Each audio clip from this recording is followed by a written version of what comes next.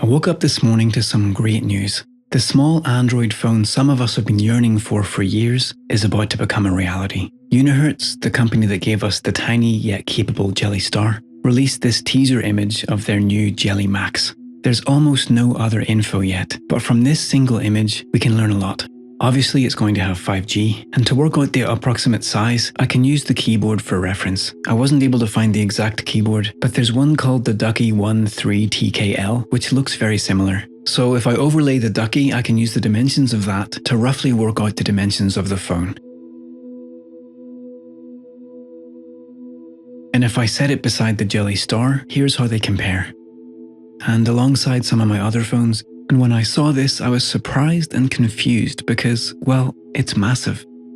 I just can't believe they'd make a phone in the Jelly lineup this size. And so at this point I was thinking there are three possibilities here. One, the keyboard shown is a non-standard size, much smaller than a typical keyboard. Two, it's just a render and they didn't put much effort into making sure the scaling was right. Or three, it really is roughly that size, somewhere around the size of an iPhone 13 mini. But here's the thing, in the teaser image it says smallest 5G phone. There's a question mark which makes it a bit less reliable of a statement, but given that the iPhone 13 mini has 5G, I doubt Unihertz would suggest the Jelly Max is the smallest 5G phone, if it's not much smaller than the iPhone 13 mini. I just couldn't let this rest, so I went back to the image. There's a camera lens in the top left corner that I thought I could use as another source of scale. So I found the lens. It's the Canon 24-70 f2.8 USM-L, beautiful lens by the way, and I laid it over the image to match the scale that Unihertz have used. I know that in real life the lens is 130.2mm long, so when I bring it in here to my ruler, if the phone and lens are to scale in the teaser image, the lens height should be where this black line is,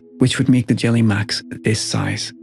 If you ask me, that's the perfect size. I love my Star, but I find it's just too small. Typing can be annoying sometimes, and often I wish the screen was a bit bigger. On this new Jelly Max, they got rid of the old school capacitive touch buttons and made the bezels much thinner. So we end up with a phone that's a little bit bigger than the Star, but with a much larger screen to bezel ratio. Their YouTube video with the awkward sounding puppets mentions that the back has curves, which leads me to think that it might have a very rounded back like the iPhone 3GS. And if anyone remembers that phone, it was one of the most comfortable phones to hold. So that's all I have so far. It seems like it's the phone I've been waiting for since the iPhone 3GS. The SE 2016 was a good size, but its sharp edges were not so comfortable. The Jelly Max looks like it's going to be the dream phone for people who like small phones.